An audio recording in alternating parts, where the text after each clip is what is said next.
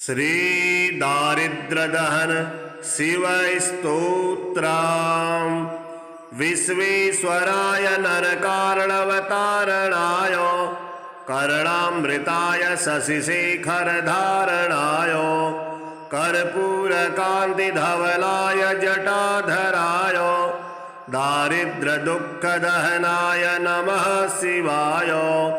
गौरीप्रियाय रजनीशकलाधराय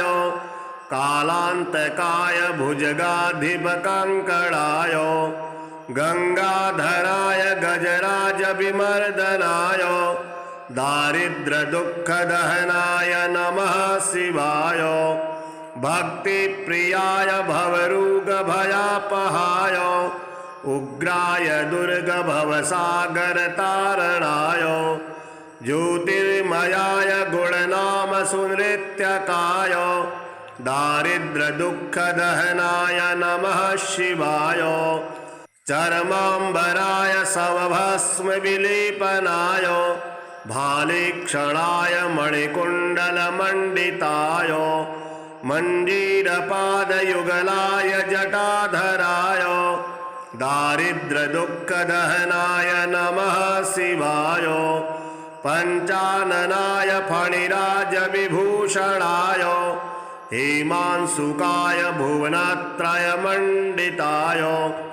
आनन्दभूमिवरदाय तमोमयाय दारिद्र्यदुःखदहनाय नमः शिवाय। भानुप्रियाय भवसागरतारणाय कालान्तकाय कमलासनपूजिताय नेत्रत्रयाय शुभलक्षणलक्षिताय दारिद्र्यदुःखदहनाय नमः शिवाय। रामप्रियाय रघुनाथवरप्रदाय नागप्रियाय नरकार्णवतारणाय पुण्येषु पुण्यभरिताय सुरार्चिताय दारिद्र्यदुःखदहनाय नमः शिवाय। मुक्तीश्वराय फलदाय गणेश्वराय गीतप्रियाय वृषभेश्वरवाहनाय मातङ्गचर्मवसनाय महेश्वराय दारिद्र्यदुःखदहनाय नमः शिवाय। गौरीविलासभुवनाय महेश्वराय पञ्चाननाय शरणागतकल्पदाय सर्वाय सर्वजगतामधिपाय तस्मै दारिद्र्यदुःखदहनाय नमः शिवाय। वसिष्ठेन कृतं स्तोत्रं सर्वरोगनिवारणं सर्वसम्पत्करं शीघ्रं पुत्रपौत्रादिवर्धनं त्रिसन्ध्यं यः पठे नित्यं स हि स्वर्गमवाप्नुयात्। विश्वेश्वराय नरकार्णवतारणाय कर्णामृताय शशिशेखरधारणाय कर्पूरकान्तिधवलाय जटाधराय दारिद्र्यदुःखदहनाय नमः शिवाय। गौरीप्रियाय रजनीशकलाधराय कालान्तकाय भुजगाधिपकङ्कणाय गंगाधराय गजराजविमर्दनाय दारिद्र्यदुःखदहनाय नमः शिवाय। भक्तिप्रियाय भवरोगभयापहाय उग्राय दुर्गभवसागरतारणाय ज्योतिर्मयाय गुणनाम सुनृत्यकाय दारिद्र्यदुःखदहनाय नमः शिवाय। चर्माम्बराय शवभस्मविलेपनाय भालेक्षणाय मणिकुण्डलमण्डिताय मञ्जीरपादयुगलाय जटाधराय दारिद्र्यदुःखदहनाय नमः शिवाय। पञ्चाननाय फणिराजविभूषणाय हेमांशुकाय भुवनत्रयमण्डिताय आनन्दभूमिवरदाय तमोमयाय दारिद्र्यदुःखदहनाय नमः शिवाय भानुप्रियाय भवसागरतारणाय कालान्तकाय कमलासनपूजिताय नेत्रत्रयाय शुभलक्षणलक्षिताय दारिद्र्यदुःखदहनाय नमः शिवाय रामप्रियाय रघुनाथवरप्रदाय नागप्रियाय नरकार्णवतारणाय पुण्येषु पुण्यभरिताय सुरार्चिताय दारिद्र्यदुःखदहनाय नमः शिवाय मुक्तीश्वराय फलदाय गणेश्वराय गीतप्रियाय वृषभेश्वर वाहनाय मातङ्गचर्मवसनाय महेश्वराय दारिद्र्यदुःखदहनाय नमः शिवाय गौरीविलासभुवनाय महेश्वराय पञ्चाननाय शरणागतकल्पदाय सर्वाय सर्वजगतामधिपाय तस्मै दारिद्र्यदुःखदहनाय नमः शिवाय वसिष्ठेन कृतं स्तोत्रं सर्वरोगनिवारणं सर्वसम्पत्करं शीघ्रं पुत्रपौत्रादिवर्धनं त्रिसन्ध्यं यः पठे नित्यं स हि स्वर्गमवाप्नुयात् विश्वेश्वराय नरकार्णवतारणाय कर्णामृताय शशिशेखरधारणाय कर्पूरकान्तिधवलाय जटाधराय दारिद्र्यदुःखदहनाय नमः शिवाय गौरीप्रियाय रजनीशकलाधराय कालान्तकाय भुजगाधिपकङ्कणाय गंगाधराय गजराजविमर्दनाय दारिद्र्यदुःखदहनाय नमः शिवाय भक्तिप्रियाय भवरोगभयापहाय उग्राय दुर्गभवसागरतारणाय ज्योतिर्मयाय गुणनामसुनृत्यकाय दारिद्र्यदुःखदहनाय नमः शिवाय चर्माम्बराय शवभस्मविलेपनाय भालेक्षणाय मणिकुण्डलमण्डिताय मञ्जीरपादयुगलाय जटाधराय दारिद्र्यदुःखदहनाय नमः शिवाय पञ्चाननाय फणिराजविभूषणाय हेमांशुकाय भुवनत्रयमण्डिताय आनन्दभूमिवरदाय तमोमयाय दारिद्र्यदुःखदहनाय नमः शिवाय भानुप्रियाय भवसागरतारणाय कालान्तकाय कमलासनपूजिताय नेत्रत्रयाय शुभलक्षणलक्षिताय दारिद्र्यदुःखदहनाय नमः शिवाय रामप्रियाय रघुनाथवरप्रदाय नागप्रियाय नरकार्णवतारणाय पुण्येषु पुण्यभरिताय सुरार्चिताय दारिद्र्यदुःखदहनाय नमः शिवाय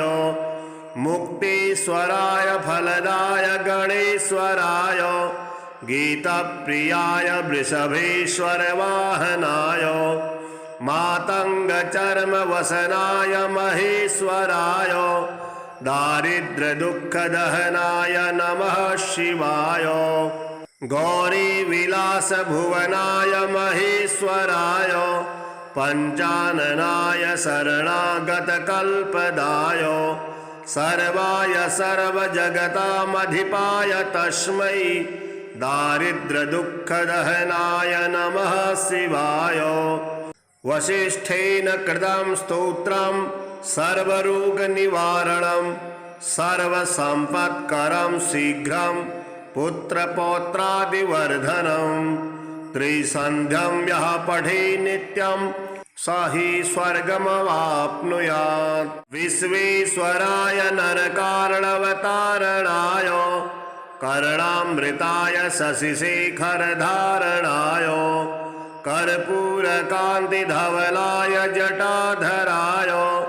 दारिद्र्यदुःखदहनाय नमः शिवाय। गौरीप्रियाय रजनीशकलाधराय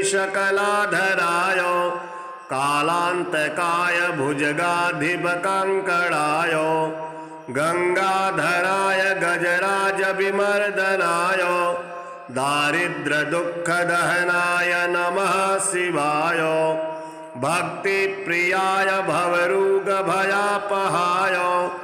उग्राय दुर्गभवसागरतारणाय ज्योतिर्मयाय गुणनामसुनृत्यकाय दारिद्र्यदुःखदहनाय नमः शिवाय। चर्माम्बराय शवभस्मविलेपनाय भालेक्षणाय मणिकुण्डलमण्डिताय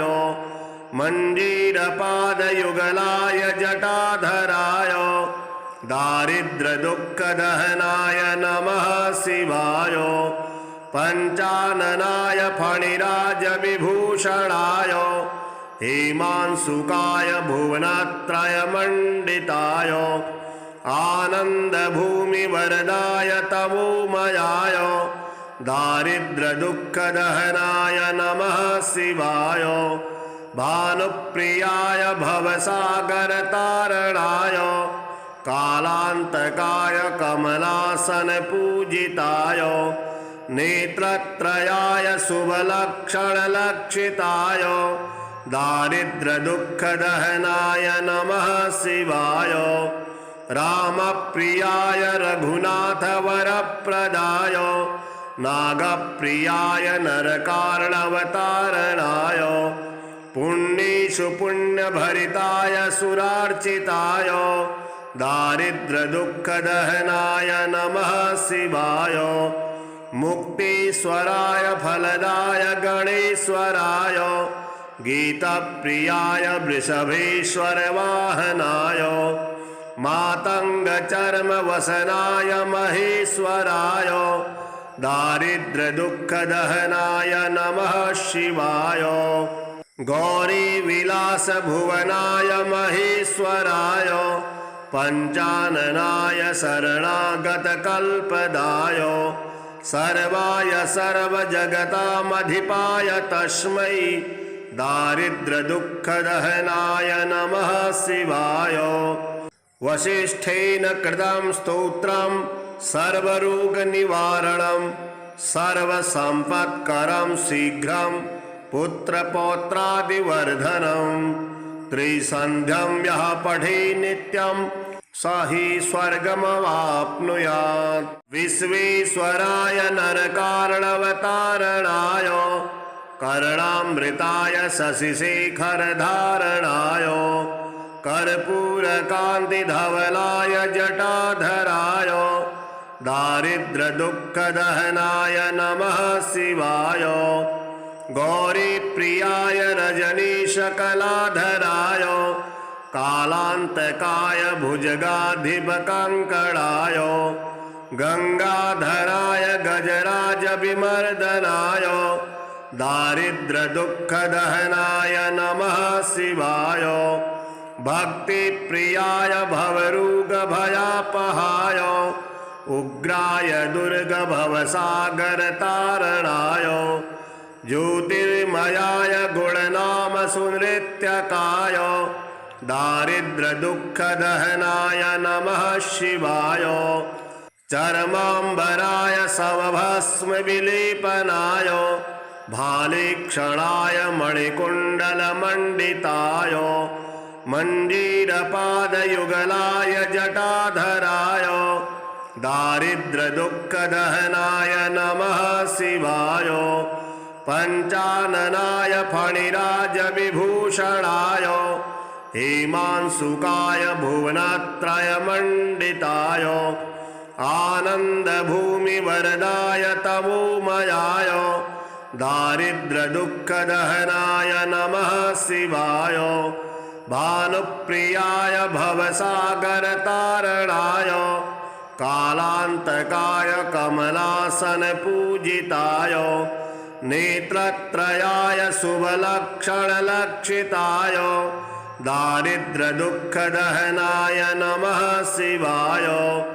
रामप्रियाय रघुनाथवरप्रदाय नागप्रियाय नरकार्णवतारणाय पुण्येषु पुण्यभरिताय सुरार्चिताय दारिद्र्यदुःखदहनाय नमः शिवाय मुक्तीश्वराय फलदाय गणेश्वराय गीतप्रियाय वृषभेश्वर वाहनाय मातङ्गचर्मवसनाय महेश्वराय दारिद्र्यदुःखदहनाय नमः शिवाय गौरीविलासभुवनाय महेश्वराय पञ्चाननाय शरणागतकल्पदाय सर्वाय सर्वजगतामधिपाय तस्मै दारिद्र्यदुःखदहनाय नमः शिवाय वसिष्ठेन कृतं स्तोत्रं सर्वरोगनिवारणं सर्वसम्पत्करं शीघ्रं पुत्रपौत्रादिवर्धनं त्रिसन्ध्यं यः पठे नित्यं स हि स्वर्गमवाप्नुयात् विश्वेश्वराय नरकार्णवतारणाय कर्णामृताय शशिशेखरधारणाय कर्पूरकान्तिधवलाय जटाधराय दारिद्र्यदुःखदहनाय नमः शिवाय गौरीप्रियाय रजनीशकलाधराय कालान्तकाय भुजगाधिपकङ्कणाय गंगाधराय गजराजविमर्दनाय दारिद्र्यदुःखदहनाय नमः शिवाय भक्तिप्रियाय भवरोगभयापहाय उग्राय दुर्गभवसागरतारणाय ज्योतिर्मयाय गुणनामसुनृत्यकाय दारिद्र्यदुःखदहनाय नमः शिवाय चर्माम्बराय शवभस्मविलेपनाय भालेक्षणाय मणिकुण्डलमण्डिताय मञ्जीरपादयुगलाय जटाधराय दारिद्र्यदुःखदहनाय नमः शिवाय पञ्चाननाय फणिराजविभूषणाय हेमांशुकाय भुवनत्रयमण्डिताय आनन्दभूमिवरदाय तमोमयाय दारिद्र्यदुःखदहनाय नमः शिवाय भानुप्रियाय भवसागरतारणाय कालान्तकाय कमलासनपूजिताय नेत्रत्रयाय शुभलक्षणलक्षिताय दारिद्र्यदुःखदहनाय नमः शिवाय रामप्रियाय रघुनाथवरप्रदाय नागप्रियाय नरकार्णवतारणाय पुण्येषु पुण्यभरिताय सुरार्चिताय दारिद्र्यदुःखदहनाय नमः शिवाय मुक्तीश्वराय फलदाय गणेश्वराय गीतप्रियाय वृषभेश्वर वाहनाय मातङ्गचर्मवसनाय महेश्वराय दारिद्र्यदुःखदहनाय नमः शिवाय गौरीविलासभुवनाय महेश्वराय पञ्चाननाय शरणागतकल्पदाय सर्वाय सर्वजगतामधिपाय तस्मै दारिद्र्यदुःखदहनाय नमः शिवाय वसिष्ठेन कृतं स्तोत्रं सर्वरोगनिवारणं सर्वसम्पत्करं शीघ्रं पुत्रपौत्रादिवर्धनं त्रिसन्ध्यं यः पठे नित्यं स हि स्वर्गमवाप्नुयात् विश्वेश्वराय नरकार्णवतारणाय कर्णामृताय शशिशेखरधारणाय कर्पूरकान्तिधवलाय जटाधराय दारिद्र्यदुःखदहनाय नमः शिवाय गौरीप्रियाय रजनीशकलाधराय कालान्तकाय भुजगाधिपकङ्कणाय गंगाधराय गजराजविमर्दनाय दारिद्र्यदुःखदहनाय नमः शिवाय भक्तिप्रियाय भवरोगभयापहाय उग्राय दुर्गभवसागरतारणाय ज्योतिर्मयाय गुणनामसुनृत्यकाय दारिद्र्यदुःखदहनाय नमः शिवाय चर्माम्बराय शवभस्मविलेपनाय भालेक्षणाय मणिकुण्डलमण्डिताय मञ्जीरपादयुगलाय जटाधराय दारिद्र्यदुःखदहनाय नमः शिवाय पञ्चाननाय फणिराजविभूषणाय हेमांशुकाय भुवनत्रयमण्डिताय आनन्दभूमिवरदाय तमोमयाय दारिद्र्यदुःखदहनाय नमः शिवाय भानुप्रियाय भवसागरतारणाय कालान्तकाय कमलासनपूजिताय नेत्रत्रयाय शुभलक्षणलक्षिताय दारिद्र्यदुःखदहनाय नमः शिवाय रामप्रियाय रघुनाथवरप्रदाय नागप्रियाय नरकार्णवतारणाय पुण्येषु पुण्यभरिताय सुरार्चिताय दारिद्र्यदुःखदहनाय नमः शिवाय मुक्तीश्वराय फलदाय गणेश्वराय गीतप्रियाय वृषभेश्वरवाहनाय मातङ्गचर्मवसनाय महेश्वराय दारिद्र्यदुःखदहनाय नमः शिवाय गौरीविलासभुवनाय महेश्वराय पञ्चाननाय शरणागतकल्पदाय सर्वाय सर्वजगतामधिपाय तस्मै दारिद्र्यदुःखदहनाय नमः शिवाय वसिष्ठेन कृतं स्तोत्रं सर्वरोगनिवारणं सर्वसम्पत्करं शीघ्रं पुत्रपौत्रादिवर्धनं त्रिसन्ध्यं यः पठे नित्यं स हि स्वर्गमवाप्नुयात् विश्वेश्वराय नरकार्णवतारणाय कर्णामृताय शशिशेखरधारणाय कर्पूरकान्तिधवलाय जटाधराय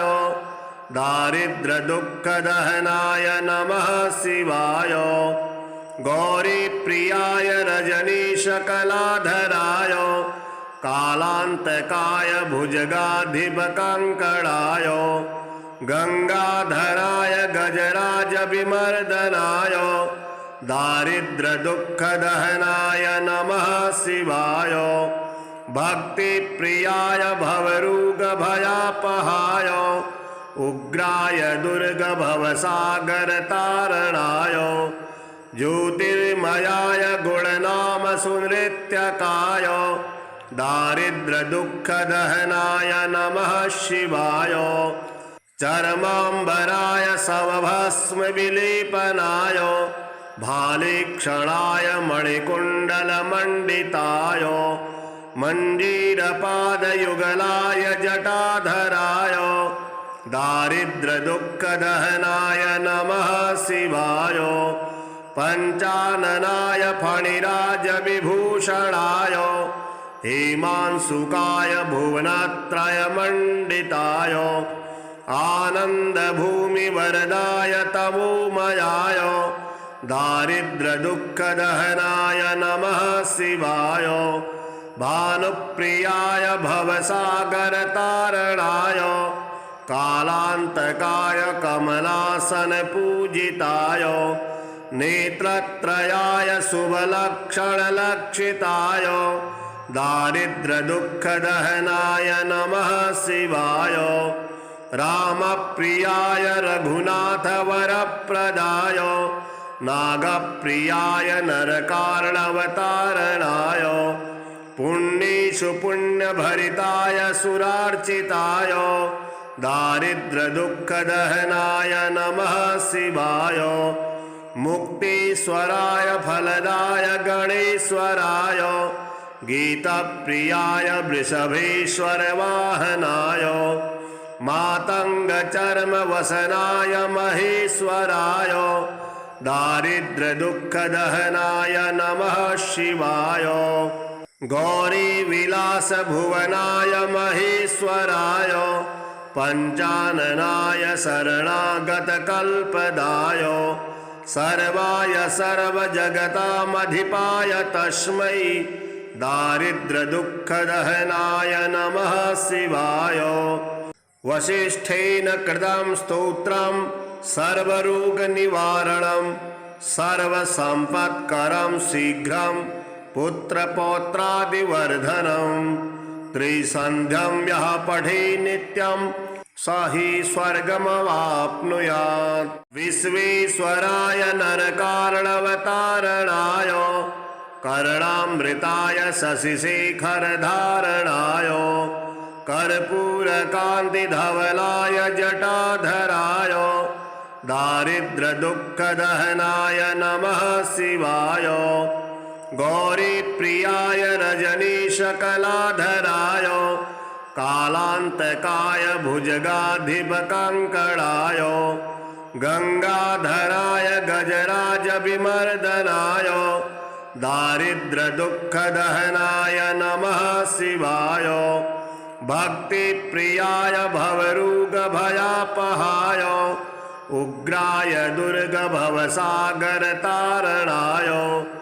ज्योतिर्मयाय गुणनामसुनृत्यकाय दारिद्र्यदुःखदहनाय नमः शिवाय चर्माम्बराय शवभस्मविलेपनाय भालेक्षणाय मणिकुण्डलमण्डिताय मञ्जीरपादयुगलाय जटाधराय दारिद्र्यदुःखदहनाय नमः शिवाय पञ्चाननाय फणिराजविभूषणाय हेमांशुकाय भुवनत्रयमण्डिताय आनन्दभूमिवरदाय तमोमयाय दारिद्र्यदुःखदहनाय नमः शिवाय भानुप्रियाय भवसागरतारणाय कालान्तकाय कमलासनपूजिताय नेत्रत्रयाय शुभलक्षणलक्षिताय दारिद्र्यदुःखदहनाय नमः शिवाय रामप्रियाय रघुनाथवरप्रदाय नागप्रियाय नरकार्णवतारणाय पुण्येषु पुण्यभरिताय सुरार्चिताय दारिद्र्यदुःखदहनाय नमः शिवाय मुक्तीश्वराय फलदाय गणेश्वराय गीतप्रियाय वृषभेश्वरवाहनाय मातङ्गचर्मवसनाय महेश्वराय दारिद्र्यदुःखदहनाय नमः शिवाय गौरीविलासभुवनाय महेश्वराय पञ्चाननाय शरणागतकल्पदाय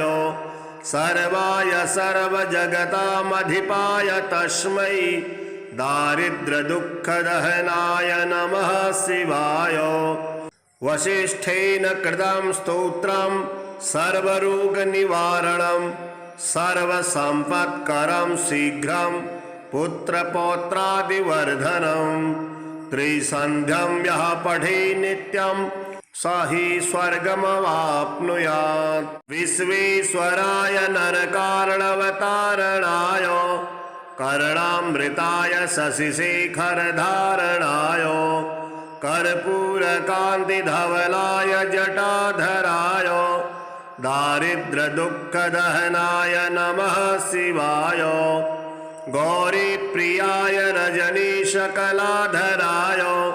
कालान्तकाय भुजगाधिपकङ्कणाय गंगाधराय गजराजविमर्दनाय दारिद्र्यदुःखदहनाय नमः शिवाय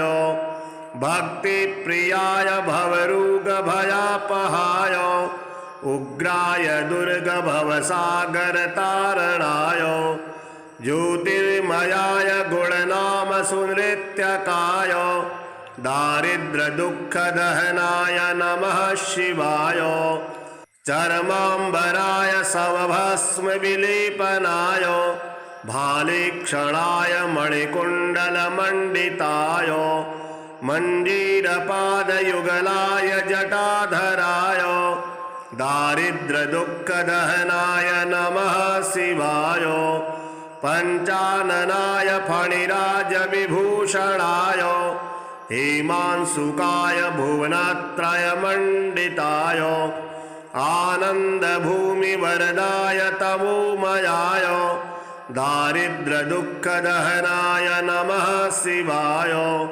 भानुप्रियाय भवसागरतारणाय कालान्तकाय कमलासनपूजिताय नेत्रत्रयाय शुभलक्षणलक्षिताय दारिद्र्यदुःखदहनाय नमः शिवाय रामप्रियाय रघुनाथवरप्रदाय नागप्रियाय नरकार्णवतारणाय पुण्येषु पुण्यभरिताय सुरार्चिताय दारिद्र्यदुःखदहनाय नमः शिवाय मुक्तीश्वराय फलदाय गणेश्वराय गीतप्रियाय वृषभेश्वरवाहनाय मातङ्गचर्मवसनाय महेश्वराय दारिद्र्यदुःखदहनाय नमः शिवाय गौरीविलासभुवनाय महेश्वराय पञ्चाननाय शरणागतकल्पदाय सर्वाय सर्वजगतामधिपाय तस्मै दारिद्र्यदुःखदहनाय नमः शिवाय वसिष्ठेन कृतं स्तोत्रं सर्वरोगनिवारणं सर्वसम्पत्करं शीघ्रं पुत्रपौत्रादिवर्धनं त्रिसन्ध्यं यः पठे नित्यं स हि स्वर्गमवाप्नुयात् विश्वेश्वराय नरकार्णवतारणाय कर्णामृताय शशिशेखरधारणाय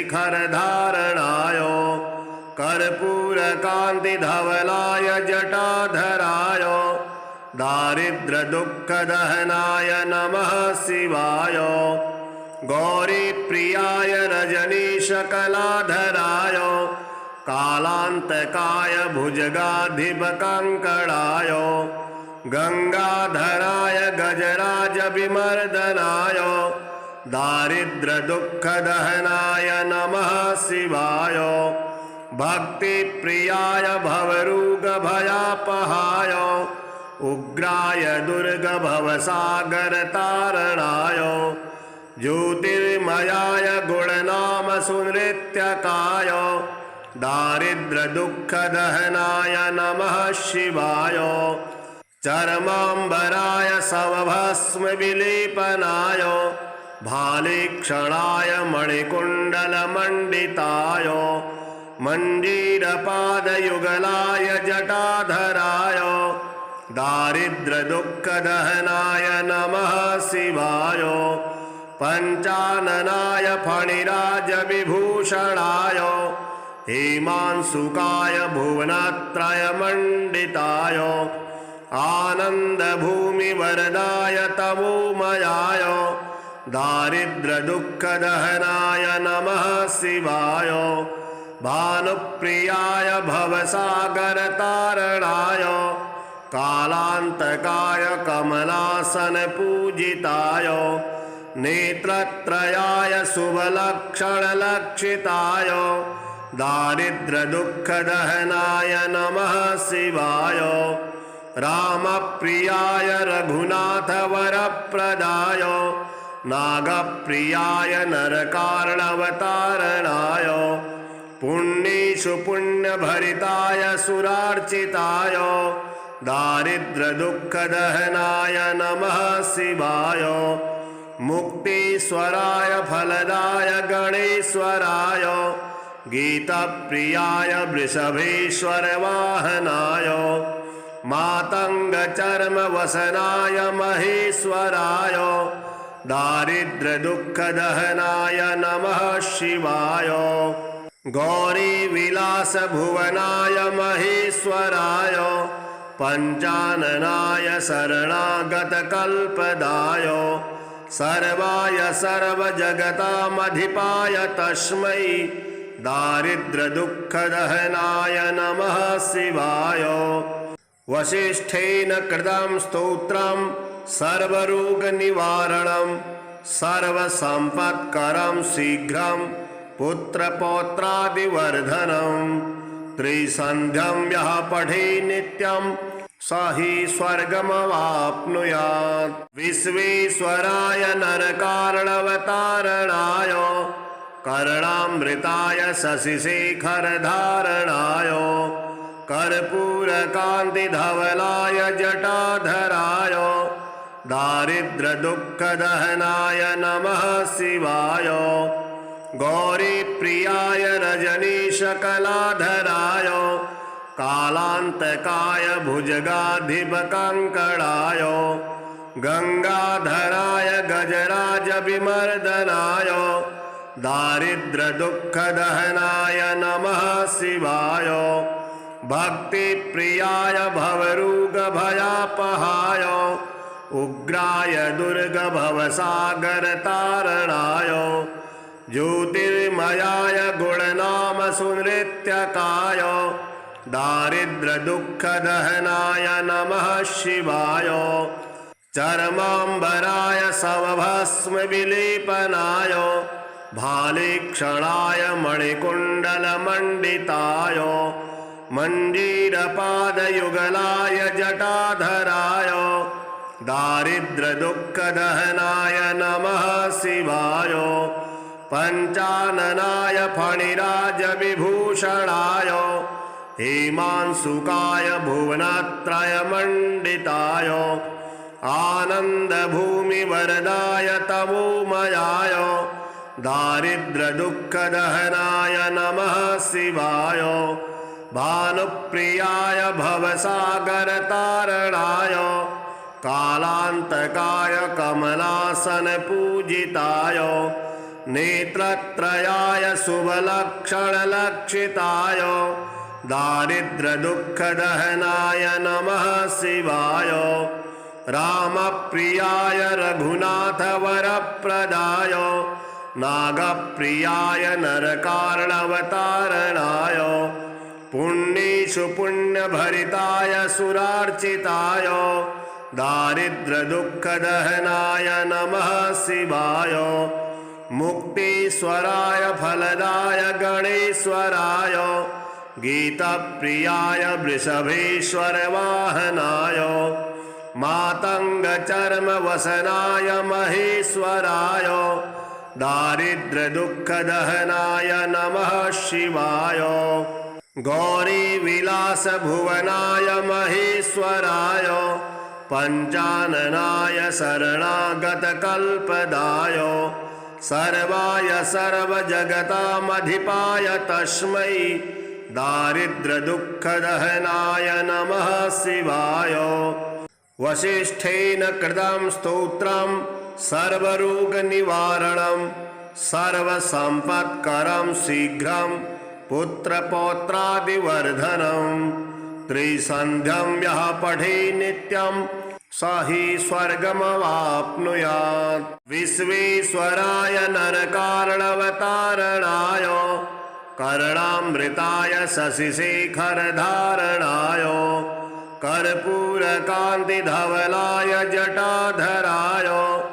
दारिद्र्यदुःखदहनाय नमः शिवाय गौरीप्रियाय रजनीशकलाधराय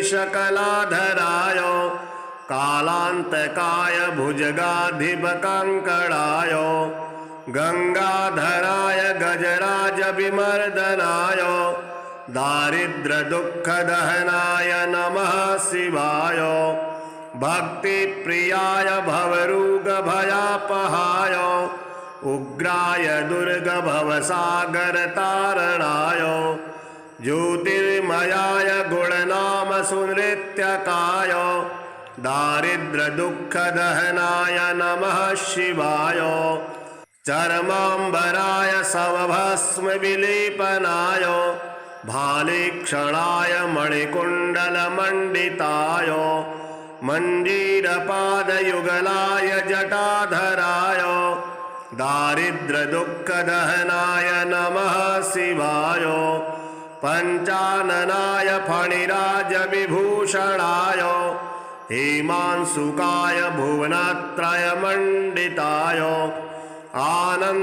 आनन्दभूमिवरदाय तमोमयाय दारिद्र्यदुःखदहनाय नमः शिवाय भानुप्रियाय भवसागरतारणाय कालान्तकाय कमलासनपूजिताय नेत्रत्रयाय शुभलक्षणलक्षिताय दारिद्र्यदुःखदहनाय नमः शिवाय रामप्रियाय रघुनाथवरप्रदाय नागप्रियाय नरकार्णवतारणाय पुण्येषु पुण्यभरिताय सुरार्चिताय दारिद्र्यदुःखदहनाय नमः शिवाय मुक्तीश्वराय फलदाय गणेश्वराय गीतप्रियाय वृषभेश्वरवाहनाय मातङ्गचर्मवसनाय महेश्वराय दारिद्र्यदुःखदहनाय नमः शिवाय गौरीविलासभुवनाय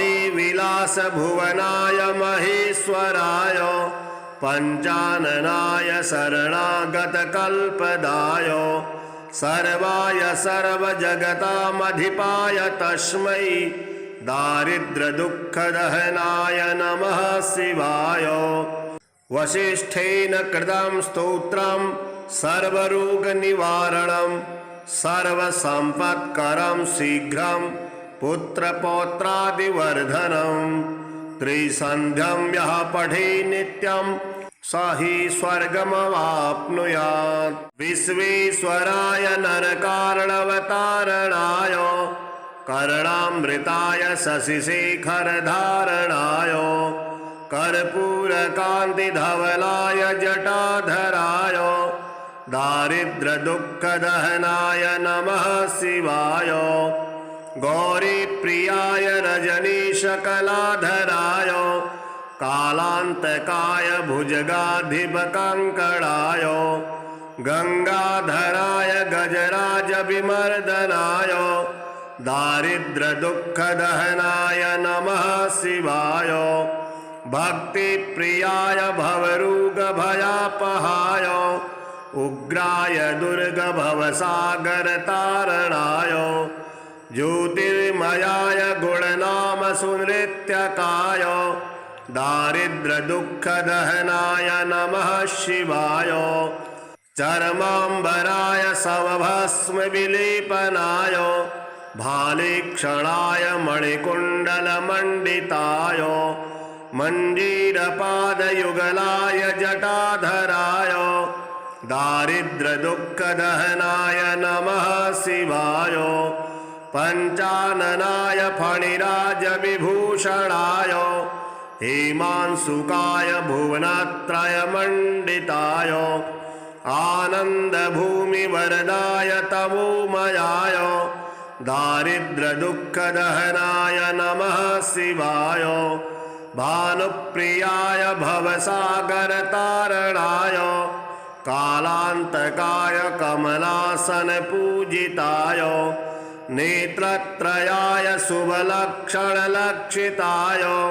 दारिद्र्यदुःखदहनाय नमः शिवाय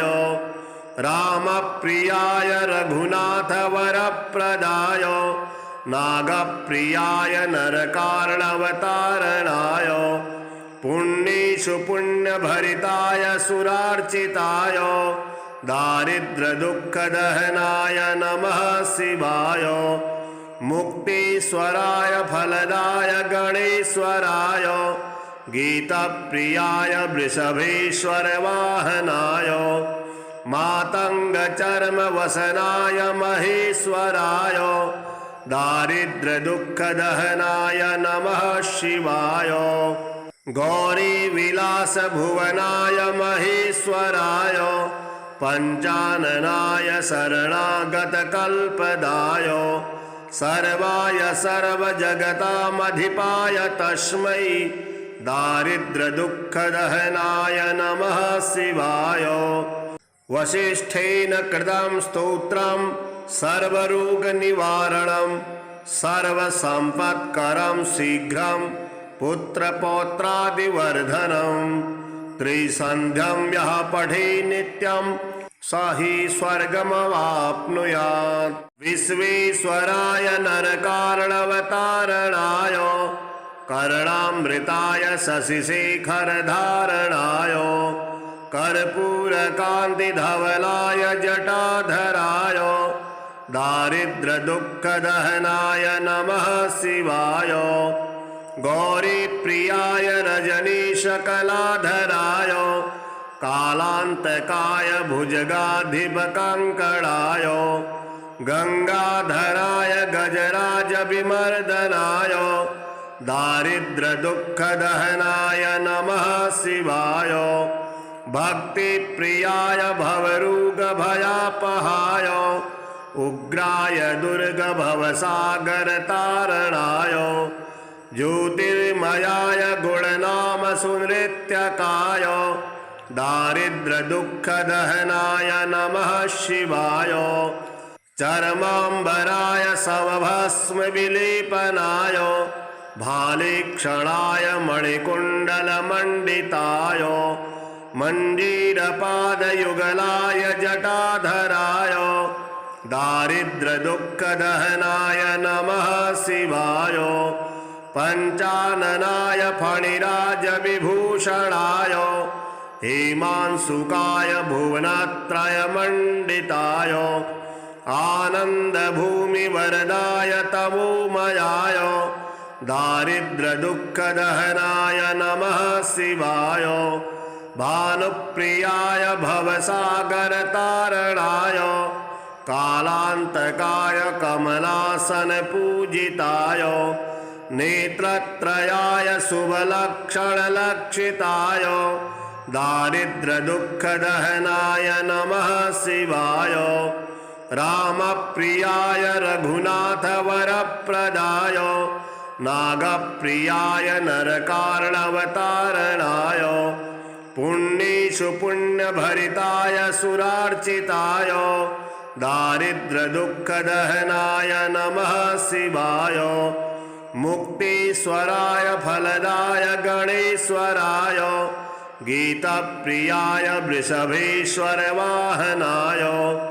मातङ्गचर्मवसनाय महेश्वराय दारिद्र्यदुःखदहनाय नमः शिवाय गौरीविलासभुवनाय महेश्वराय पञ्चाननाय शरणागतकल्पदाय सर्वाय सर्वजगतामधिपाय तस्मै दारिद्र्यदुःखदहनाय नमः शिवाय वसिष्ठेन कृतं स्तोत्रं सर्वरोगनिवारणं सर्वसम्पत्करं शीघ्रं पुत्रपौत्रादिवर्धनं त्रिसन्ध्यं यः पठे नित्यं स हि स्वर्गमवाप्नुयात् विश्वेश्वराय नरकार्णवतारणाय कर्णामृताय शशिशेखरधारणाय कर्पूरकान्तिधवलाय जटाधराय